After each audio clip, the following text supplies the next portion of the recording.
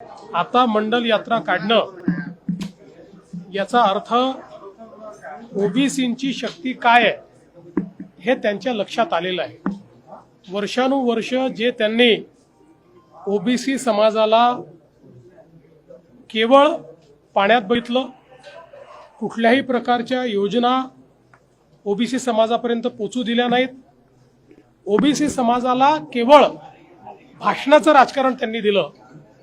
आणि म्हणून आज ज्यावेळी ओबीसी समाज हा दुरावलाय असं लक्षात आलं तर आता ते यात्रा काढतायत। पण नुसती यात्रा करून फायदा होणार नाही, ओबीसीच्या पाठीशी तुम्ही ठामपणे उभे आहात हे कधीतरी दिसू द्या।